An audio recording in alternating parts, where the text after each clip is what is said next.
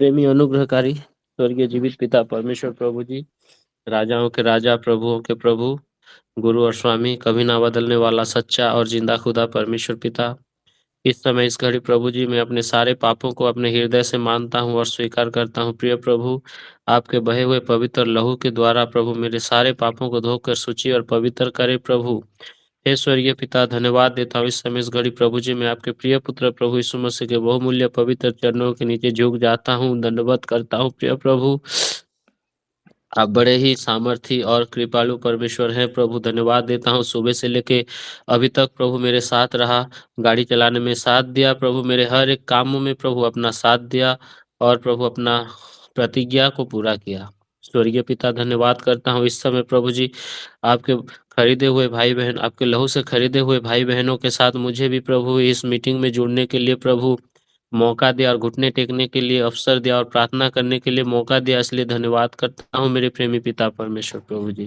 धन्यवाद करता हूँ इस समय हे प्रेमी प्रभु जी, कई दिन हो गए हैं प्रभु जो हम आपके वचन को सुनते आ रहे हैं। हे प्रेमी पिता परमेश्वर प्रभु जी, जैसा कि प्रभु इस वचन प्रभु हमारे हृदय में कार्य करे और प्रभु 100 गुना 60 गुना और भी फल प्रदत्त हो प्रभु, इस रीति से आप हमें आशीर्वाद करें प्रभु।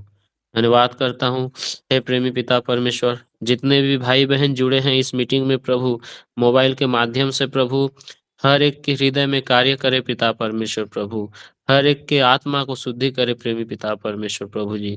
आओ प्रभु, धन्यवाद करता हूँ प्रभु, जो जो वचन आप स्वर्ग से प्रभु अपने दास को देते हो, जो वचन सुनाते हैं प्रभु, उसको भी प्रभु आपके सामर्थ्य हाथ में सौंपता हूँ प्रेमी पिता परमेश्वर प्रभु।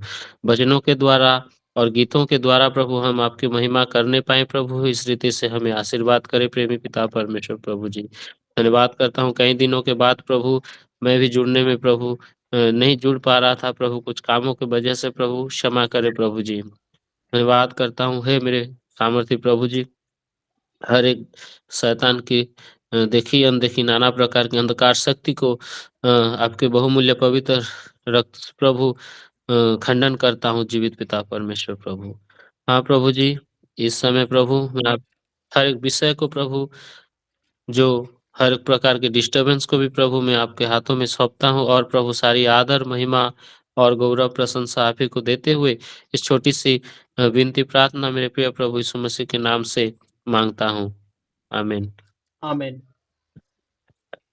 धन्यवाद सुंदर समय के लिए, प्रार्थना के लिए भी। और जो भाई बहन प्रभु की महिमा के लिए गीत गाना चाहते हैं वो गा सकते हैं।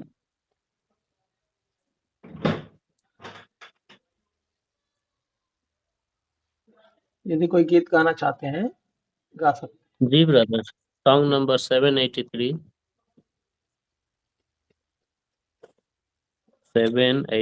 Song number.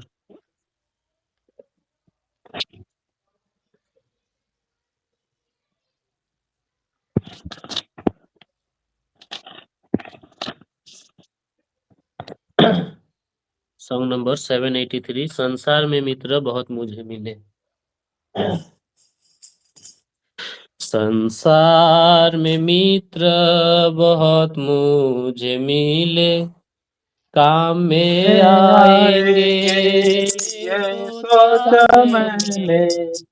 संसार में मित्र बहुत मुझे मिले, काम में आएंगे ये सोचा सोचा मैंने। मैंने। संकट के दिन जब अचानक आए, संकट के दिन जब अचानक आए, सब मित्र छोड़ गए अकेला मुझे। ऐसे समय यीशु को पास पाया मैंने, ऐसे समय यीशु को पास पाया मैंने। तारनहार प्यारे यीशु जी, मुझे खुशी से खुशी से स्तुति स्तुति करूं। करो। धन्यवाद तेरा धन्यवाद मैं मैं करूं। करूं। प्रेम किया मैंने दुष्ट जगत से, प्रेमी प्रभु को ठुकराया मैंने। प्रेम किया मैंने दुष्ट जगत से, प्रेमी प्रभु को ठुकराया मैंने। जब दुनिया के पीछे लगा मैं, जब दुनिया के पीछे लगा मैं, लूट गया सब कुछ ये दुनिया में। ऐसे समय यीशु को पास पाया मैंने, ऐसे समय यीशु को पास पाया मैंने। तारनहार प्यारे यीशु जी, खुशी से स्तुति करूं, धन्यवाद तेरा मैं करूं।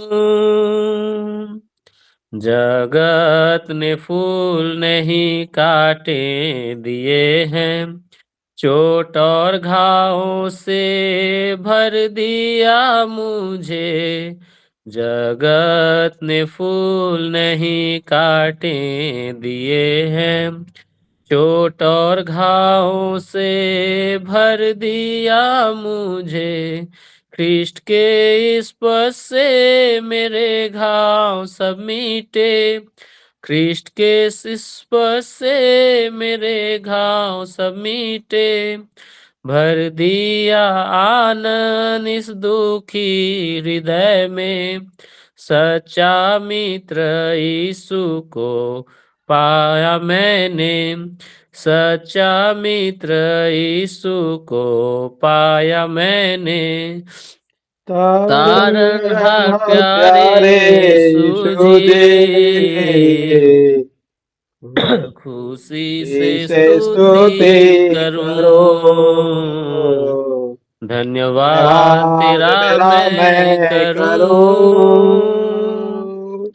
अब मैं चला हूँ प्रभु को पकड़ के, स्वर्गीय देश जो निशाना मेरा है। अब मैं चला हूँ प्रभु को पकड़ के, स्वर्गीय देश जो निशाना मेरा है। आशा प्रभु ने दी है इस जग में, आशा प्रभु ने दी है इस जग में। रहूंगा सदा मैं प्रभु के घर में, ख्रिस्ट को पाके बहुत आनंदित हूँ मैं। ख्रिस्ट को पाके बहुत आनंदित हूँ मैं। तारनहार प्यारे यीशु जी, खुशी से स्तुति करूं, धन्यवाद तेरा मैं करूं। आमीन, हालेलुया। धन्यवाद भाई सुंदर गीत के लिए। और कोई भाई बहन यदि गीत गाना चाहते हैं तो गा सकते हैं।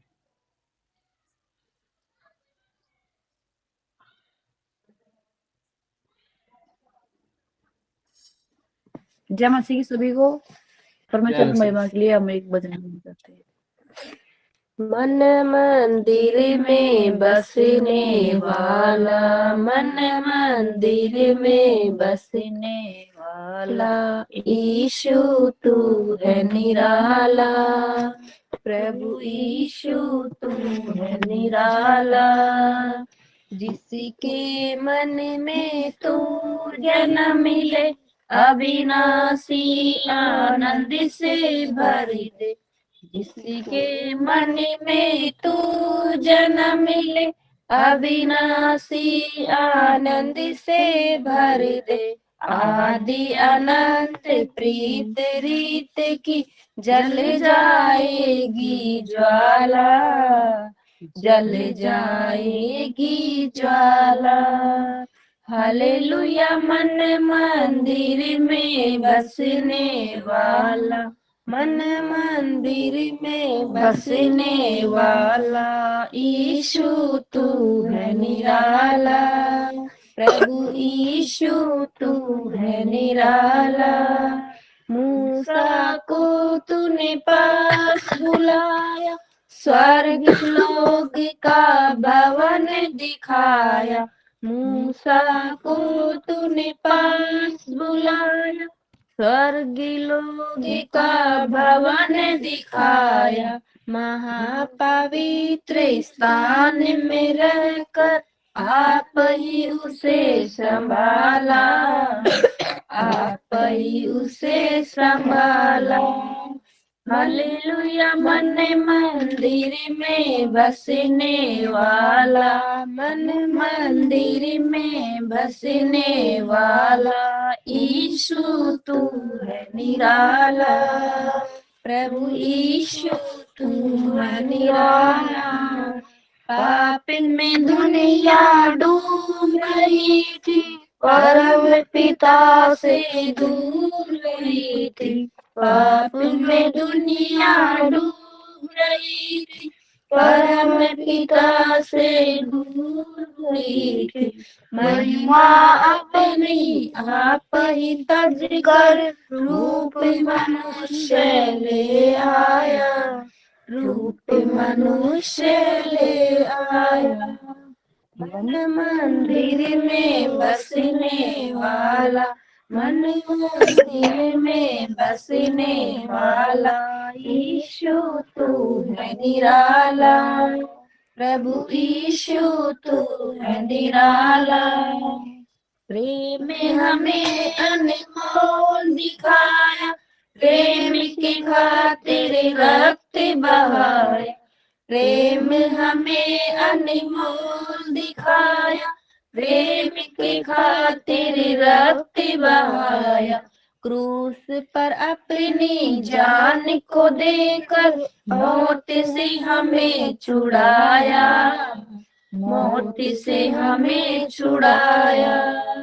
हालेलुया मन मंदिर में बसने वाला, मन मंदिर में बसने वाला, यीशु तू है निराला, प्रभु यीशु तू है निराला।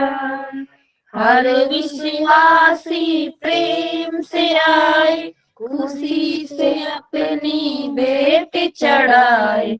हर विश्वासी प्रेम से आए, खुशी से अपनी भेंट चढ़ाए।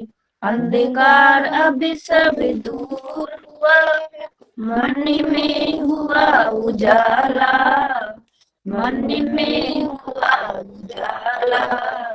मन मंदिर में बसने वाला, मन मंदिर में बसने वाला, यीशु तू है निराला, प्रभु यीशु तू है निराला।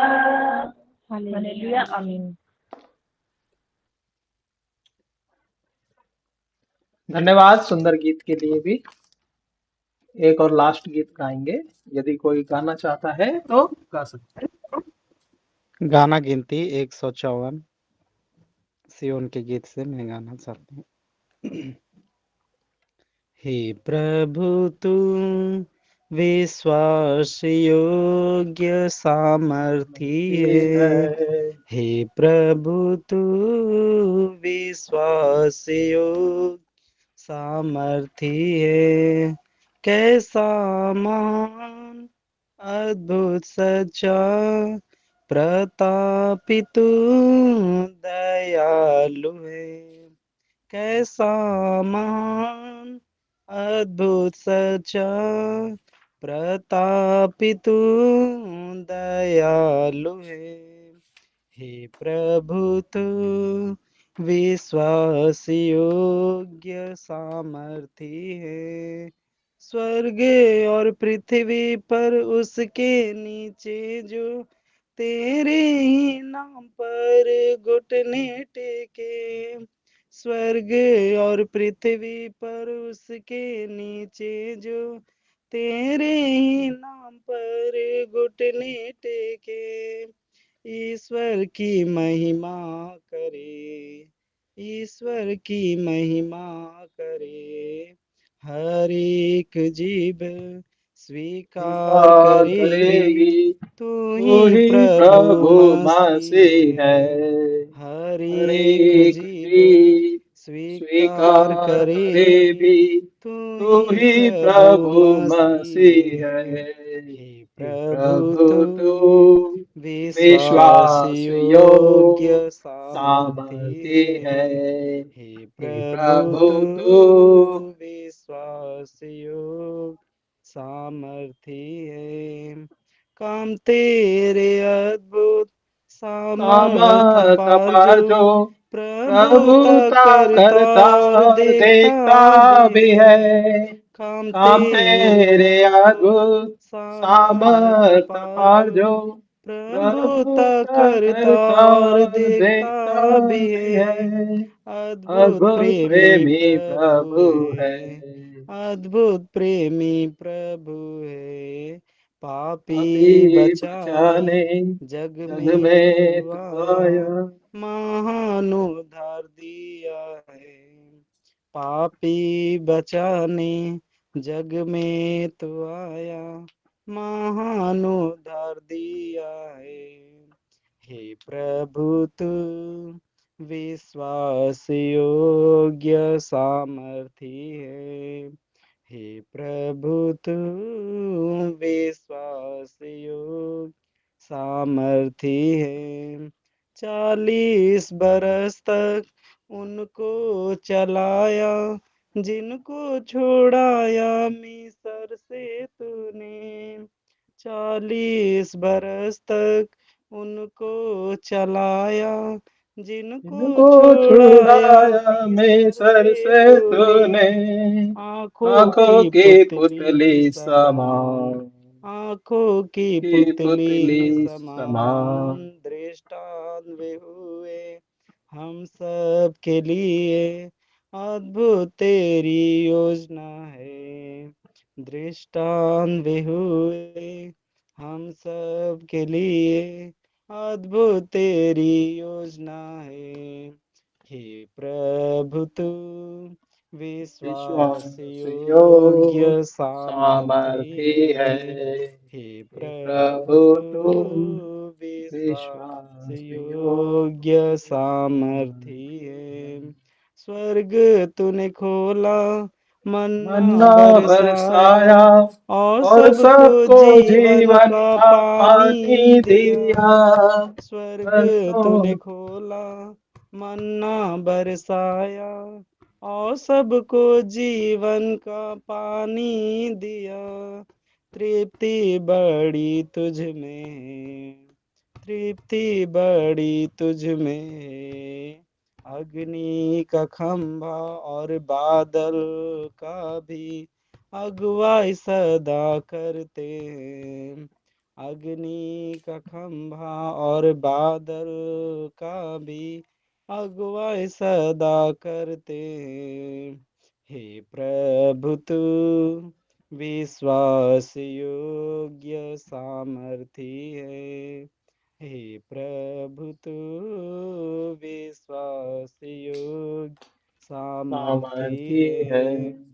मार्ग में आंधी दी आशा आशा निराशा, निराशा, शत्रु शत्रु के के हमले हमले और और क्लेश क्लेश भी भी जो जो थे। थे। मार्ग मार्ग में में आंधी आंधी आशा आशा निराशा, निराशा, शत्रु शत्रु के के हमले हमले और और क्लेश क्लेश भी जो भी जो थे। थे। संभाला संभाला हमको हमको तूने, तूने, संभाला संभाला हमको हमको तूने। तूने। अपनी प्रतिज्ञा पूरी की उसने मेरा में दी है। अपनी प्रतिज्ञा पूरी पूरी की की उसने उसने मेरा मेरा में समय दी दी है। है। हे हे प्रभु प्रभु तू तू विश्वास विश्वास योग्य योग्य सामर्थी सामर्थी है। है। हे हे प्रभु प्रभु तू तू विश्वास योग्य सामर्थी है, कैसा महान अद्भुत सच्चा प्रतापी तू दयालु है। हे प्रभु तू विश्वास योग्य सामर्थी है। थैंक यू, धन्यवाद। धन्यवाद भाई सुंदर गीत के लिए, और आप सभी के लिए जिन्होंने प्रभु की महिमा के लिए अपने गले को खोला। गीत गाना हमारे लिए एक बहुत फायदे की चीज होती है, और हमें हमेशा गीत गाते रहना चाहिए। गीत गाने से जो जिसको बोलते हैं ना स्ट्रेस, क्या बोलते हैं, चिंता नहीं रहती, चिंता मुक्त हो जाते हैं। गीत गाने से हमारा माइंड जो है फ्रेश होता है, सुनने से भी। इसलिए हमें प्रभु के गीत, संसार के दूसरे गीत नहीं, लेकिन प्रभु के गीत हमें हमेशा छोटे छोटे गीतों को याद रखना चाहिए, 3-3 लाइन के, 2-2 लाइन के, और हमेशा गाते रहना चाहिए। तो सबको एक बार फिर से जय मसीह, और परमेश्वर का धन्यवाद करते हैं कि परमेश्वर ने एक और दिन दिया। जय मसीह की। और हम पिछले दिनों से हम अपने अध्ययन को जारी रखे हैं, और हम अलग अलग अनुभवों को सीख रहे हैं, और आज एक और अनुभव को हम देखेंगे जो हमारे लिए बहुत आवश्यक है और जरूरी भी है। तो हम पढ़ेंगे यशायाह नबी की किताब, उसका 46वां अध्याय, और उसका पहला वचन से लेकर के 13 वचन तक कोई भी एक जन पढ़ सकते हैं, क्योंकि ज्यादा वचन भाग नहीं है इसमें, तो ये पूरा हम पढ़ सकते हैं। बेल देवता झुक गया, नवो देवता नव गया है।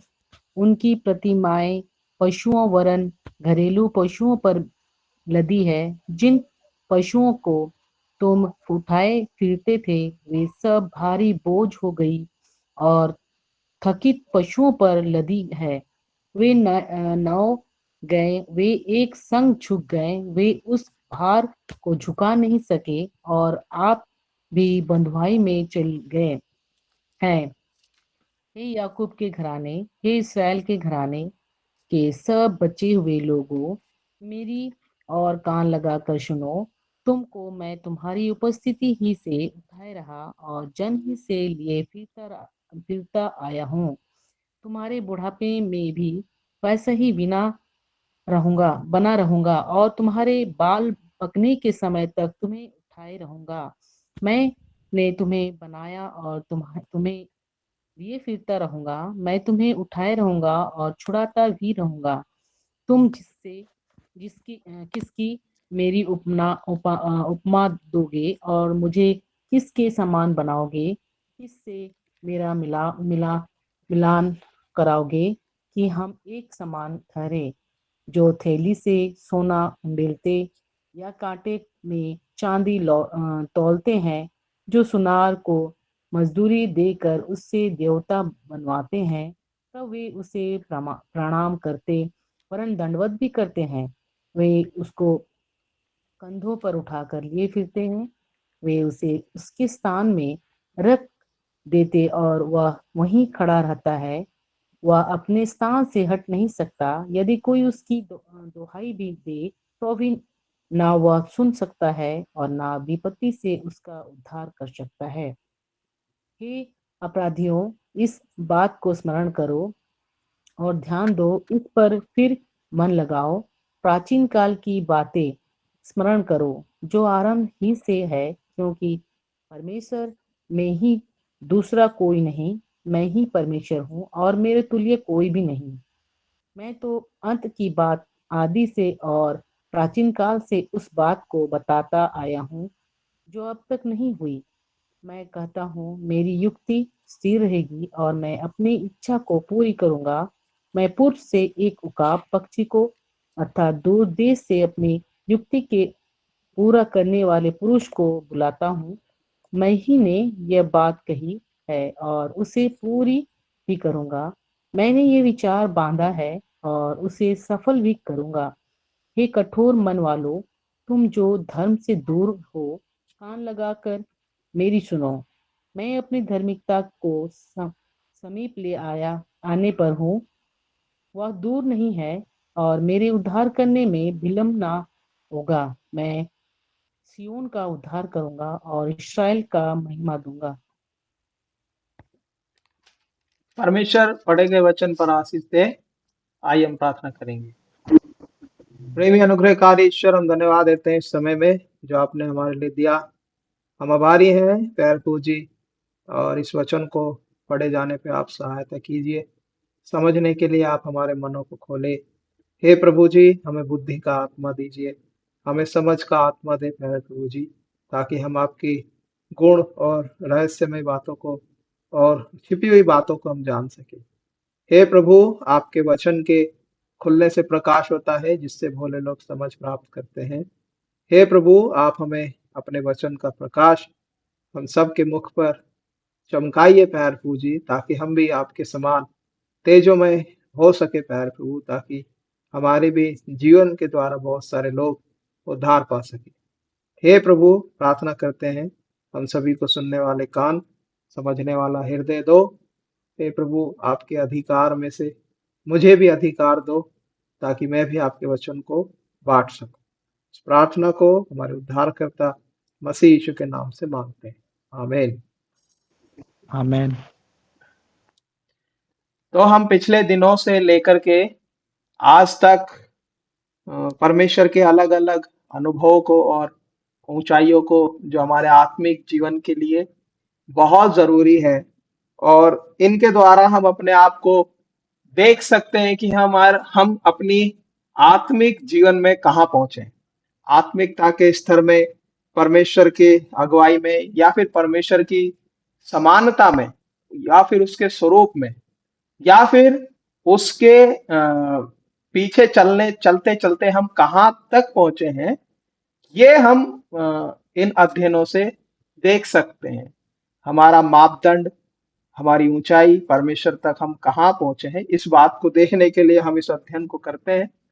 और बहुत सारी बातें हमने सीखी हैं, और मेरे को भी परमेश्वर ने बहुत सारी बातों को अनुभव कराया, और बहुत सारी बातों को मैंने भी सीखा है इन बातों से, कि परमेश्वर जब सिखाने पे आता है या फिर जब बताने पे आता है, तो वो उसका वचन में लिखा है कि परमेश्वर का वचन दो धारी तलवार है, वो गांठ गांठ, गुदे गुदे और हृदय के आर पार छेदता है।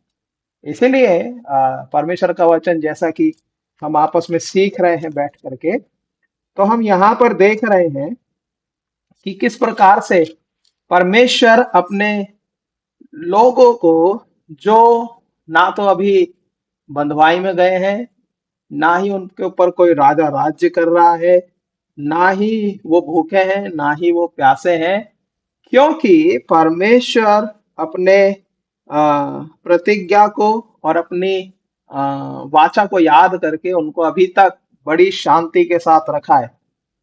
और ये जब वचन भाग जो हमने पढ़ा, यशायाह का 46वां अध्याय, ये बाबुल के जो देवता का नाम है, उस देवता का नाम दिया गया है कि उसका नाम है नबो देवता, नब बन गया, ऐसा करके लिखा है ना।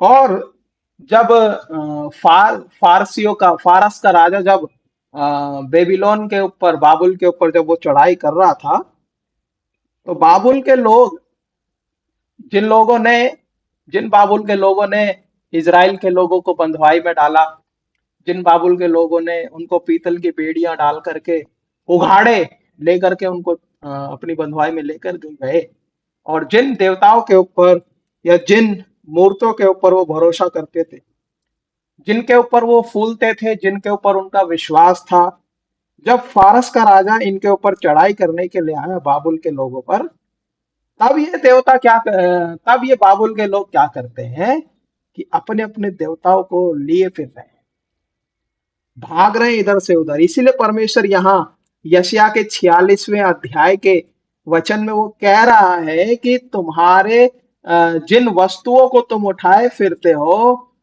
वे अब भारी बोझ हो गई हैं और थकित पशुओं पर लदी हैं, ऐसा करके लिखा है। और परमेश्वर इजरायली लोगों को बताना चाह रहा है कि देखो इनकी हालत देखो कैसी है, कैसे ये लोग अपने जिनको ये ईश्वर मानते आए हैं अपने ऊपर लादे फिर रहे हैं, और तो और अपने ही ऊपर नहीं, अपने जानवरों के ऊपर भी उन्होंने उनको लाद रखा है, ऐसा करके यहाँ बता रहे हैं। और जब हम देखते हैं 2 वचन में, वह नब गए, वे एक संग झुक गए, वह उस भार को छुड़ा नहीं सके और आप भी बंधुआई में चले गए, ऐसा करके यहाँ पर कह रहा है। और यहाँ जब हम इस बात को देखते हैं तो परमेश्वर इजरायली लोगों को इन्हीं की तरह, जैसे ये बाबुल के लोग अपने देवताओं को, अपनी मूर्तों को, अपने काठ की मूर्तों को जब ये कांधे पर लिए लिए फिर रहे हैं और अपने कंधे पर उठाए फिर रहे हैं, सिर पर रखे घूम रहे हैं, परमेश्वर इनसे तुलना करता है अपने लोगों की। वो तुलना क्या कर रहा है, जब आप 4 वचन पढ़ोगे और 3 वचन पढ़ोगे तो वो दोनों तरीके से आपकी और मेरी तुलना करता है, और इजरायली लोगों की भी वो तुलना कर रहा है। पढ़िए यशायाह की किताब 46वां अध्याय और 43वां वचन।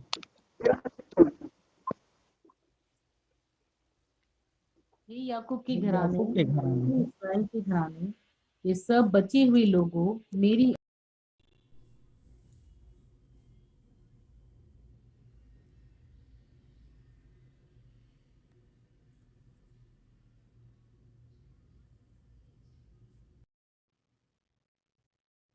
भी मैं वैसा ही बना रहूंगा और तुम्हारे बाल पकने के समय तक तुम्हें उठाए रहूंगा। मैं तुम्हें बनाया और तुम्हें लिए फिरता रहूंगा। मैं तुम्हें उठाए रहूंगा और छुड़ाता भी रहूंगा।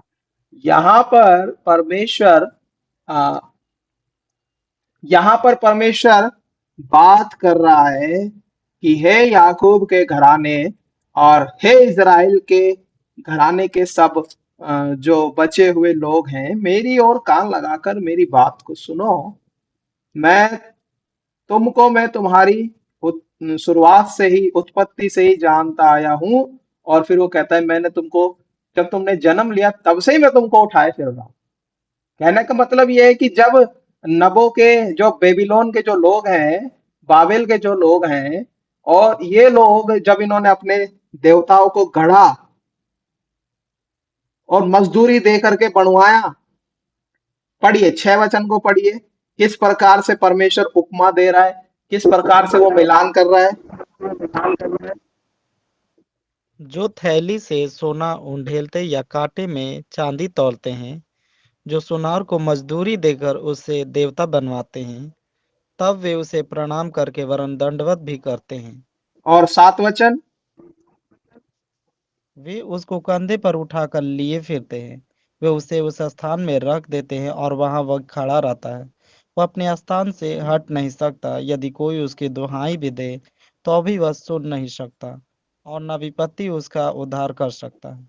हाँ यहाँ लिख रहा है, वो परमेश्वर कह रहा है कि मैंने तुमको उत्पन्न किया, मैंने तुमको बनाया, मैंने तुमको सृजा, मैंने अपना रूप तुम्हें दिया, अपना स्वरूप तुम्हें दिया, अपनी बुद्धि परमेश्वर देता है, और सब कुछ अपने स्वरूप में बनाने के बाद परमेश्वर कह रहा है कि मैं जब से तुमको बनाया है तब से मैं तुमको लिए फिर रहा हूं। किससे हमारी तुलना, किससे इजरायली लोगों की परमेश्वर तुलना कर रहा है? उन लोगों से तुलना कर रहा है जो लोग परमेश्वर को जानते भी नहीं है, जिन लोगों का उद्धार से कोई दूर दूर तक मतलब ही नहीं है, और जो लोग ये भी नहीं जानते कि परमेश्वर ने हमें बनाया है, लेकिन उनसे परमेश्वर तुलना कर रहा है। और इजराइल लोग अभी बंधुआई में भी नहीं गए, अभी उन पर कोई राजा भी राज्य नहीं कर रहा है, अभी कुछ नहीं है, शांति का समय है, आराम का समय है। और यह कहता है कि जब लोग कहते होंगे शांति है शांति है, तब अचानक से तुम पर क्लेश आ पड़ेगा। और यही चीज ऐसे ही समय में वो जी रहे हैं, और उस समय में परमेश्वर उनको प्रतिज्ञा कर रहा है, तुम्हारे बुढ़ापे में मैं वैसा ही बना रहूंगा और तुम्हारे बाल पकने के समय तक तुम्हारे उठाए रहूंगा। मैंने तुम्हें बनाया है और तुम्हें लिए फिरता रहूंगा, ऐसा करके वो यहाँ पर वाचा बांधता है।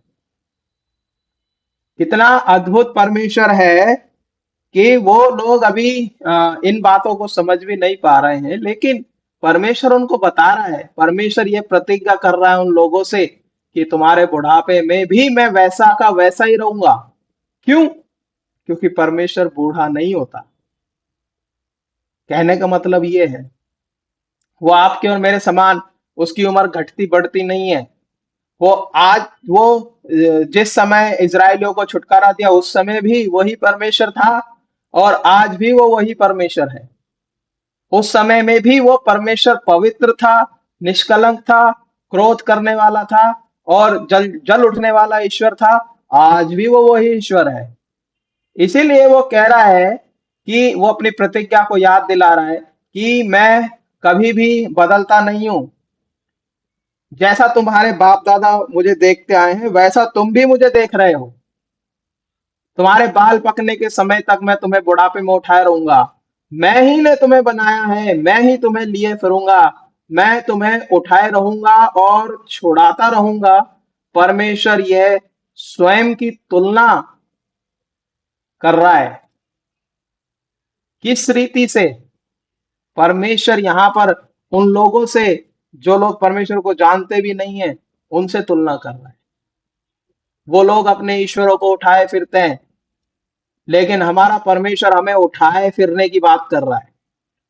वो लोग क्या क्या अपने ईश्वर को अपने कांधे पर उठाए फिर रहे हैं या अपने ईश्वर को वो उठा रहे हैं, ये एक बहुत बड़ा सवाल है। वो लोग अपने ईश्वर को उठाए फिर रहे हैं और हमारा ईश्वर हमें उठाए फिर रहा है। और यही एक उद्धार के अनुभव में परमेश्वर लेके आना चाहता है। लिखा है उनका ईश्वर उनका उद्धार नहीं कर सकता है, वो विपत्ति से उनका उद्धार नहीं कर सकता है, वो उनको नहीं छुड़ा सकता। वो कितना भी कुछ करे तो भी वो कुछ नहीं कर सकता है। लेकिन परमेश्वर बोलता है मैं तुम्हें उठाए फिरता रहूंगा। फिर वो कहता है कि तुम किससे मेरी उपमा दोगे और मुझे किसके समान बताओगे, किससे मेरा मिलान करोगे कि हम एक समान ठहरे। कोई और चीज है ही नहीं। अगर बाबुल के लोगों से तुलना करें तो बाबुल के लोग खुद अपने ईश्वरों को उठाए फिर रहे हैं। और फारसियों का जब राजा आक्रमण करके बाबुल के लोगों पर चढ़ाई कर रहा है, उस समय में बाबुल के लोग अपने अपने ग्रह देवताओं को, अपने अपने मूर्तों को, अपने अपने काठ को, सब चीजों को अपने जानवरों पर लाद करके इधर से उधर जा रहे हैं। कितना अद्भुत परमेश्वर है। इसीलिए जिस परमेश्वर पर आप और मैं विश्वास करते हैं, यह उसकी प्रतिज्ञा है कि मैं तुम्हें उठाए रहूंगा, मैं तुम्हारे साथ रहूंगा। ये परमेश्वर हमें यशायाह नबी के द्वारा हमें विश्वास दिलाता है कि हमारे जीवन भर वो हमको लेकर के चलने वाला परमेश्वर है। और यशायाह नबी उस समय में इजराइल के और याकूब के घराने के बचे हुए लोगों से वो कह रहा है कि तुम मेरी बात कान लगा के सुनो कि परमेश्वर ऐसा कह रहा है कि मैं तुम्हें उठाए रहूंगा, तुम्हारे जन्म से ही मैं तुम्हें लिए फिरता आया हूं, ऐसा करके कह रहा है। क्यों परमेश्वर अपनी प्रतिज्ञाओं को याद कर करके उनको लिए फिर रहा है? कारण एक ही है, क्योंकि वो विश्वास योग्य परमेश्वर है। जैसा कि भाई ने अभी गीत गाया कि हे प्रभु तो विश्वास योग्य और सामर्थी है। हाँ, मार्ग में आंधी है, तूफान है, आशा है, निराशा है, शत्रु के हमले हैं, क्लेश है, बहुत सारी बातें हैं। वहां से भी परमेश्वर हमको ले करके चल रहा है। हर प्रकार के भय में, हर प्रकार की चिंता में, हर प्रकार की अभिलाषाओं में, सब समय में वो हमारे साथ है। इसीलिए बहुत जरूरी है हम चाहे कितने भी साल हम जिंदा रहें, लेकिन परमेश्वर जब तक हम जीवित रहेंगे तब तक परमेश्वर हमें लिए फिरता रहेगा। हम ये सोच भी नहीं सकते कि परमेश्वर हमारे लिए कितना सोचता है। जब हम क्या बोलते हैं, जब हम बूढ़े हो जाएंगे, जब हम कुछ बुजुर्ग लोगों को देखते हैं तो उनको सहारा चाहिए, है ना? उनको कोई ले जाने वाला चाहिए, उनको कोई लाने वाला चाहिए, उनको कोई उठाने वाला चाहिए, उनको कोई बैठाने वाला चाहिए। लेकिन परमेश्वर यहाँ कह रहा है, मैं तुम्हें उठाऊंगा, मैं तुम्हें बैठाऊंगा, मैं तुम्हें लिए चलूंगा। जो लोग परमेश्वर की प्रतिज्ञा पर विश्वास करते हैं, परमेश्वर उन्हें विश्वास दिलाता है कि मैं उनको उनके बुढ़ापे तक उठाए रहूंगा, और ये परमेश्वर की जिम्मेदारी हो जाती है। क्या हम इस बात पे विश्वास करते हैं? क्या परमेश्वर हमको सच में लिए चल रहा है? क्या ऐसा दृढ़ विश्वास हम पर परमेश्वर हम पर कर रहा है कि हम उसके साथ विश्वास योग्य रहेंगे? इसीलिए या परमेश्वर हमारा बोझ ही नहीं परंतु हमको भी उठाने के लिए तैयार है। एक संडे स्कूल सॉन्ग है, बड़ा अच्छा है। मैं खुश हूं इसलिए क्योंकि मेरा बोझ उठाया यीशु ने। ये गीत है। तो जब प्रभु यीशु मसीह हमारा बोझ उठा रहा है तो वो हमें भी उठाए फिरने की सामर्थ्य रखता है। इसीलिए जब हम उस पर विश्वास करते हैं, बहुत जरूरी है। उदाहरण के लिए यदि आप देखें, जब एक माँ अपने बच्चे को जन्म देती है तो वो हमेशा उसको अपनी गोद में उठाए फिरती है, हमेशा उसको अपने साथ रखती है, अपने हृदय से लगा के रखती है, हमेशा उसको प्रेम करती है। ठीक वैसे ही परमेश्वर आपको और मुझको भी, जैसे ही हमने प्रभु यीशु मसीह पे विश्वास किया, जब हमने उसको अपने जीवन में मुक्तिदाता करके स्वीकार किया, उसी समय से वो हमको उठाए ले चलने वाला परमेश्वर है। जब मनुष्य हमें उठाता है, तब हमारे हाथ, पैर, हाँ, हमारी हड्डियां और भी बहुत चीजों में हमको चोट लग सकती है, हम गिर सकते हैं, हम ठोकर खा सकते हैं, हम बहक सकते हैं। लेकिन जब परमेश्वर हमको अपने हाथों में लेकर के चलता है, जब परमेश्वर हमें अपने हाथों में उठाता है तो बड़ी सावधानी से हमको उठा सकता है। क्यों? क्योंकि हम उसके द्वारा बनाए गए, सिरजे गए हैं। इसीलिए परमेश्वर का जो दास आयुब है, इसके विषय में बड़ी अच्छी रीति से बात करता है। आयुब की किताब में इसी विषय पर चर्चा की गई है। आयुब उसका 5वां अध्याय और 19 वचन।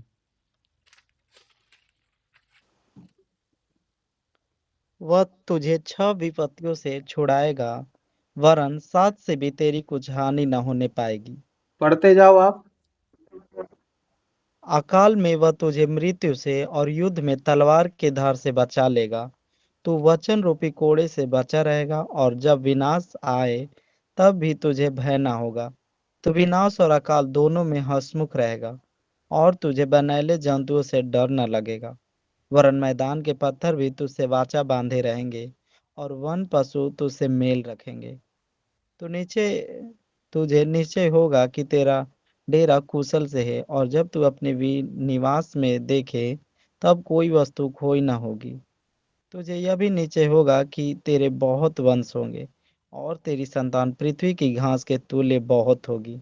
जैसे पूलियों का ढेर समय पर खलिहान में रखा जाता है, वैसे ही तू पूरी आयु का होकर कब्र को पहुंचेगा। देख, हम जो खोज खोज कर ऐसा ही पाया है, इसे तू सुन और अपने लाभ के लिए ध्यान में रख। हाँ, 26 और वचन में बड़ी सुंदर बात लिखी गई है कि जब तू पूरी आयु का होकर कब्र में पहुंचेगा, ऐसा करके लिखा है, तब तक परमेश्वर उठाए रखने की सामर्थ्य रखता है। कितने लोग हैं जो उस पर अपने बुढ़ापे को आधारित किए हैं। बहुत सारे लोग अभी जवान, हम में से बहुत सारे शादीशुदा लोग हैं जिनके बच्चे हैं, हम मेरे भी बच्चे हैं, तो हम क्या चिंता, हम बुढ़ापे में क्या करेंगे, हमें कुछ सहारा चाहिए, हमें कुछ चाहिए, हमें ये प्लान करना चाहिए, हमें वो प्लान करना चाहिए, हमें ऐसे करना चाहिए, हमें वैसे करना चाहिए, है ना? हमें बच्चों का सहारा नहीं है, हम बच्चों पे भरोसा नहीं रख सकते। बहुत सारे लोग ऐसा भी करते हैं। लेकिन परमेश्वर यहाँ पर कह रहा है कि परमेश्वर पूरी आयु तक हमको उठाने के लिए तैयार है। अब हम नहीं जानते हमारी उम्र कितनी है, लेकिन परमेश्वर जानता है। इसीलिए वो हमें विश्वास दिला रहा है ये वचन कि वो हमारा जिम्मेदारी उठाने को परमेश्वर तैयार है। वो हमें पूरी रीति से बताता है। वो बताता है कि वो हमें 7 विपत्तियों से भी छुड़ाएगा। 19 वचन में लिखा है, वो तुझे 6 विपत्तियों से छुड़ाएगा, वरन 7 से भी कुछ हानि ना होने पाएगी, ऐसा करके वो कह रहा है। पवित्र शास्त्र के वचन में, परमेश्वर के वचन में जो संख्याओं का जो महत्व यहाँ पर दिया गया है, वो ये दिलाता है कि 7 जो है वो परिपूर्णता को बताता है, पूर्णता को बताता है, जिसका मतलब है वो किसी भी प्रकार के दुखों, परीक्षाओं, कष्टों, क्लेशों, समस्याओं और विपत्तियों से छुड़ाने की सामर्थ्य रखता है। वो हमें कठिन परिस्थितियों में भी साहस दे सकता है। अकाल के समय में, युद्ध के समय में वो हमारी आवश्यकताओं को पूरी कर सकता है। प्रभु के लोग जब अपने आवश्यकताओं के लिए परमेश्वर के पास आते हैं, तो वो हमेशा उनके लिए विश्वास योग्य बना रहता है। यही बात आयुब याद दिला रहे हैं। इसलिए बहुत जरूरी है कि हम अपने जीवन के अनुभव में इस बात को अनुभव करना कि परमेश्वर हमको हमारी पूरी आयु तक उठाए रहेगा, संभाले रहेगा, चलाता रहेगा, और जब तक हमारी आयु पूरी नहीं हो जाती तब तक वो हमें संभालेगा। बहुत सारे क्या बोलते हैं, न्यूज और अखबार में आप लोग देखते ही होंगे, सबसे ज्यादा वृद्ध आश्रम में उन लोगों के माँ बाप पाए जाते हैं जो बहुत पैसा रखते हैं, जो बहुत पैसे वाले लोग हैं, या फिर जो बहुत ज्यादा जिनको कोई टाइम ही नहीं है ऐसा करके, वो लोगों के माँ बाप सबसे ज्यादा वृद्ध आश्रम में मिलेंगे। अगर आप जाके पूछो कि आप यहाँ कैसे, अरे मेरा बेटा विदेश में रह रहा है और हम यहाँ रह रहे हैं, ऐसा करके। इसीलिए जब हम परमेश्वर के ऊपर भरोसा रखते हैं तो हम मनुष्य पे भरोसा रखने से बच जाते हैं। क्यों? क्योंकि परमेश्वर हमको उठा करके चलने वाला परमेश्वर है। आयुब कह रहा है 21 वचन में भी, पढ़िए 21 वचन को भी पढ़िए जरा, इसी अध्याय में, 5 अध्याय का 21 वचन। तू वचन रूपी कोड़े से बचा रहेगा, और जब विनाश आए तब भी तुझे भय ना होगा। वो कह रहा है कि तू वचन रूपी कोड़े से बचा रहेगा, और जब विनाश आएगा तब भी तुझे भय नहीं होगा। क्यों? क्योंकि यह हमारा प्रतिदिन का अनुभव होना चाहिए। परमेश्वर का वचन हमारे जीवन के लिए, हमारी सांत्वना के लिए, हमारी शांति के लिए, और हमें चलाने के लिए परमेश्वर का वचन होना चाहिए।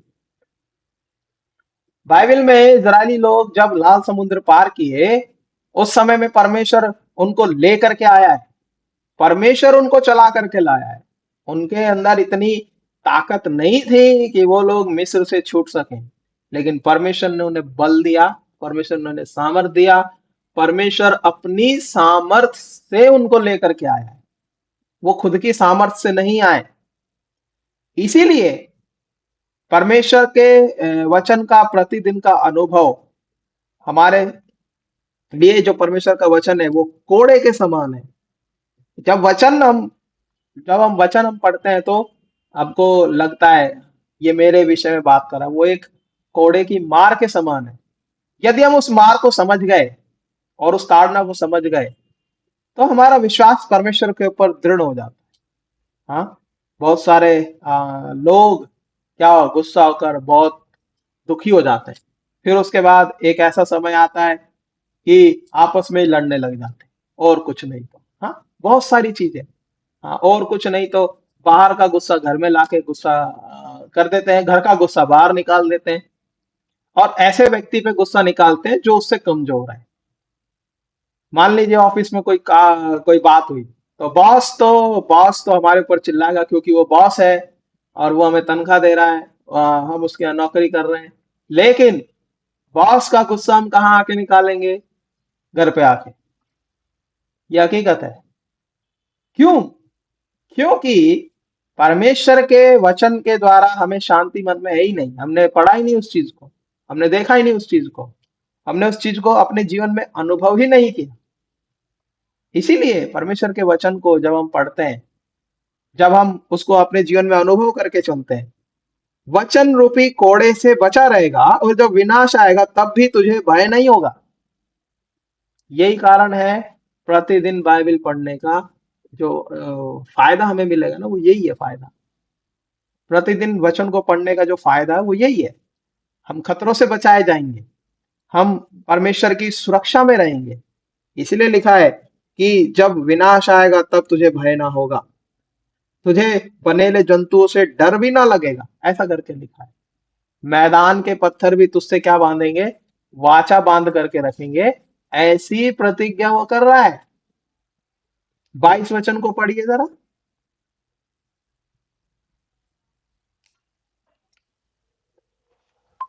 तू विनाश और अकाल के दिनों में हंसमुख रहेगा और तुझे बनेले जंतुओं से डर ना लगेगा। हाँ, यहाँ लिखा है तो तुझे बनेले जंतुओं से क्या नहीं लगेगा? डर नहीं लगेगा। क्यों परमेश्वर ऐसी बात कर रहा है? क्योंकि वो बता रहा है कि मैं तुमको उठाए करके ले चलने वाला परमेश्वर हूं, मैं तुम्हारी अगुवाई करने वाला परमेश्वर हूं, मैं तुम्हें मार्ग दिखाने वाला परमेश्वर हूं, मैं तुमको जीवित रखने वाला ईश्वर हूं। वो बताना चाहता है। हाँ, हम जब मान लीजिए बाहर गए, घर के बाहर गए, सुबह सुबह ऑफिस के लिए, काम के लिए कहीं भी निकले, तो कुछ लोग हमें ऐसे मिलते हैं जो बिल्कुल ही बैल के जैसे होते हैं, और कुछ लोग सिंह के जैसे होते हैं, फाड़ खाने को ही रहते हैं। उस समय में क्या करते हैं? झगड़ा हो जाता है कई बार। हाँ, इसीलिए बहुत जरूरी है हमारा आनंद और सुख छीनने के लिए जब बनेले पशु हमारे पास आएंगे तब हमें डर लगेगा। वो हमारे आनंद को, हमारे सुख को, हमारी शांति को, और हमारे जो अंदर जो संयमता है उसको भी वो छीन लेगा। इसीलिए बहुत जरूरी है। पढ़िए, एक वचन पढ़िए, प्रेरितों के काम में किस प्रकार से लिखा है। पढ़िए, प्रेरितों के काम पढ़िए, और उसका मेरे पास अभी 7 मिनट हो रहे हैं, 6 मिनट। 20 अध्याय 29 वचन।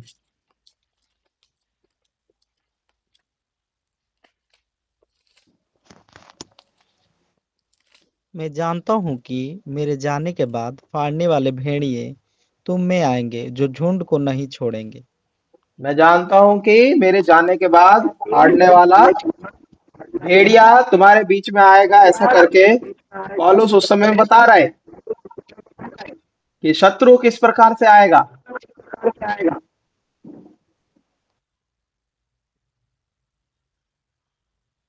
इसीलिए बहुत जरूरी है हम इन बातों को ध्यान रखना कि वो भेड़ियों की नाई हम पर टूट पड़ेगा, लेकिन प्रभु हम सबको इन बनेले जानवरों से हमारी रक्षा करता है, वो हमको बचाता है। हाँ, पहला पतरस 5:8 में वो किस प्रकार से किसी भी व्यक्ति को काम में वो ला सकता है, शत्रु है जो। इसीलिए जो जंगली जानवर की तरह और अलग अलग रीति से आते हैं, व्याकुल करते हैं, समस्या में डालते हैं, परिस्थिति में डालते हैं, इसलिए बहुत जरूरी है। पढ़िए, इसको भी पढ़िए, पहला पतरस 5:8 वचन। सचेत हो और जागते रहो, क्योंकि तुम्हारा विरोधी शैतान गरजने वाले सिंह के समान इस खोज में रहता है कि किसको फाड़ खाए। हाँ, वो गरजने वाले सिंह के जैसा है, वो इस खोज में रहेगा कि किसको वो फाड़ के खाएगा। कई बार हमें ऐसे लोग मिलते हैं ना, क्या बताएं, वो हमेशा ही ऐसी बात करते हैं, बिल्कुल अंदर से आग लग जाता है। लेकिन क्या करें, हमें परखना भी है, बहुत जरूरी है ऐसे लोगों को। इसलिए बहुत जरूरी है कि यहाँ पर जिस प्रकार से लिखा गया है, सचेत रहो और जागते रहो। क्योंकि तुम्हारा विरोधी शैतान गरजने वाले सिंह के ना ही आएगा, और सिंह की जगह किसी का भी नाम लिख सकते हो।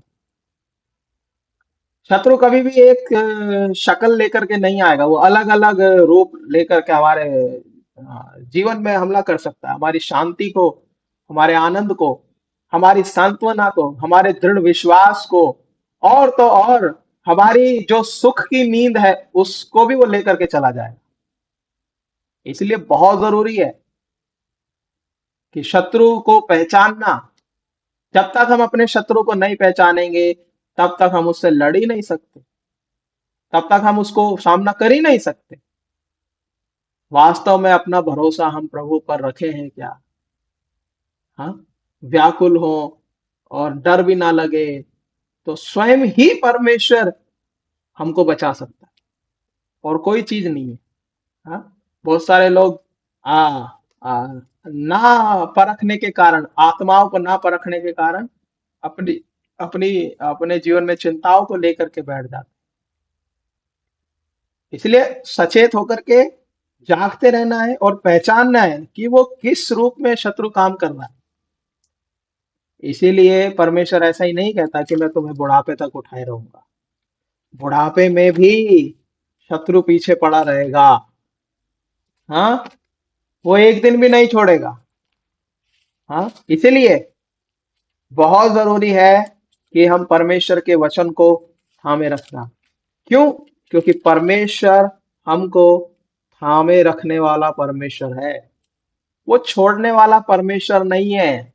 यशायाह 46:4 में वो दावा कर रहा है कि मैं बुढ़ापे तक उठाए रहूंगा।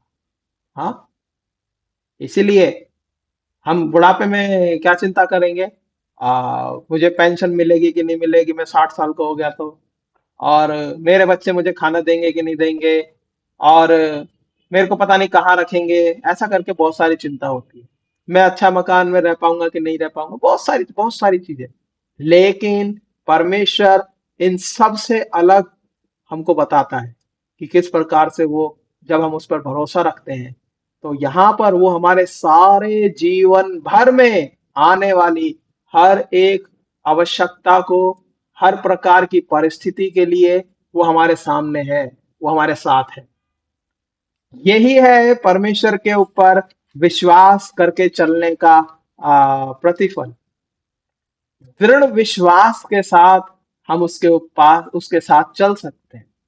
और यशायाह परमेश्वर का दास यही बात आपको और मुझको सिखाना चाहता है कि परमेश्वर हमें दृढ़ विश्वास दिला रहा है, भरोसा दिला रहा है, बता रहा है कि जीवन भर वो हमको ले चलने के लिए तैयार है।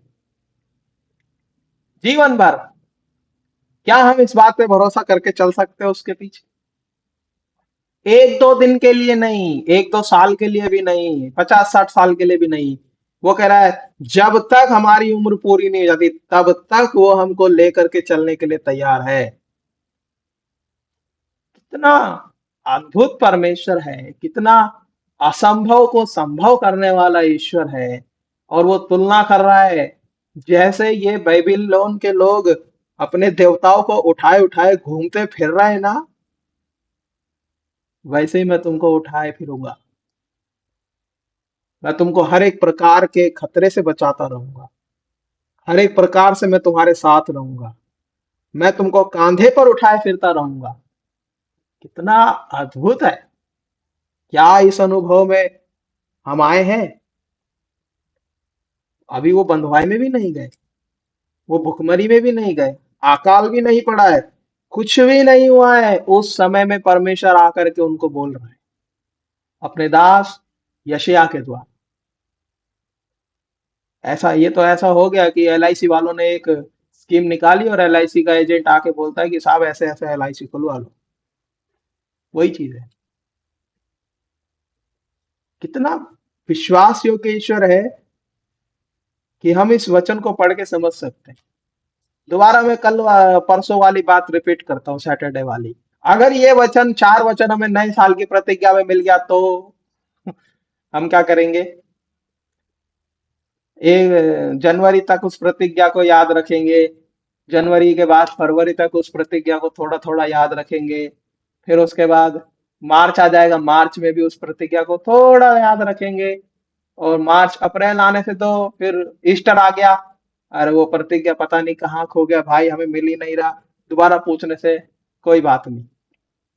ऐसा परमेश्वर नहीं है, वो अंत तक उठाए चलने वाला और अपनी प्रतिज्ञाओं को पूरा करने वाला ईश्वर है। इसलिए हमें उसके पीछे चलने की जरूरत है, निश्चिंत रहने की जरूरत है। तो प्रभु हमारी सहायता करता है, हमें विश्वास में बढ़ाता है। प्रभु इस वचन पर आशीष दे। हम प्रार्थना करें कि प्रभु हमें ऐसा विश्वास दे कि हम उस पर अंत तक विश्वास रख सके। प्रभु इस वचन पर आशीष दे। सबको जय मसीह की।